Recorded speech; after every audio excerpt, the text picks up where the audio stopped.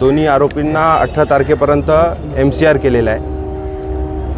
ज्या पद्धतीने मागच्या इंट्रोगेशनमध्ये आरोपी नंबर 1नी सांगितलं की मोबाईल त्यांनी वापरत असलेला मोबाईल कसारा घाटात कुठेतरी फेकून दिल्याचा त्यांनी सांगितला होता, परंतु आता ते मोबाईल कुठेतरी शेगावमध्ये कुठल्या तरी लॉज ओनरला त्यांनी 5,000 रुपयामध्ये विकलेला आहे।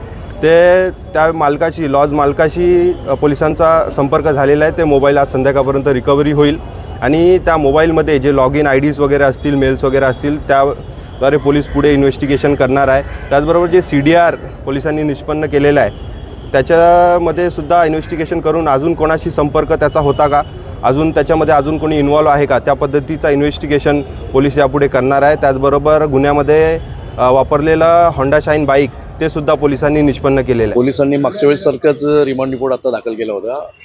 तपास काम बाकी आहे म्हणून अजून 3 दिवसाची PC मागितली होती, पण ऑलमोस्ट सगळा तपास काम पूर्ण झालेला आहे। मागच्या वेळेस पोलिसांनी सांगितलं होतं की मोबाईल आणि SIM कार्ड जप्त करायचं, त्यांनी कुठे कसाराच्या घाटात टाकलेलं आहे, पण ते नसताना त्यांनी दाभाडे नावाचं कोणीतरी एक इसम आहे त्याच्याकडे दिलेले आहेत। तर तपासामध्ये त्यांनी सांगितलं की मी तिथे टाकलेलं नाही आहे, त्या माणसाला दिलेले आहे ते, तर आता रिकव्हरी करणार त्याच्याकडलं, त्याला बोलवलेलं, तो येणार, मोबाईल आणि SIM कार्ड ते देणार आहे। म्हणजे कालच्यापासनं परवाच्या PC सांगत होते ते सगळं मोगम होतं, पण ते आज कोर्टात सिद्ध झालं आणि त्याच्यामुळे कोर्टाने MCR देऊन टाकला त्याला, म्हणजे मॅजिस्ट्रेट कस्टडीला पाठवलं, तपास पूर्ण झाला म्हणून।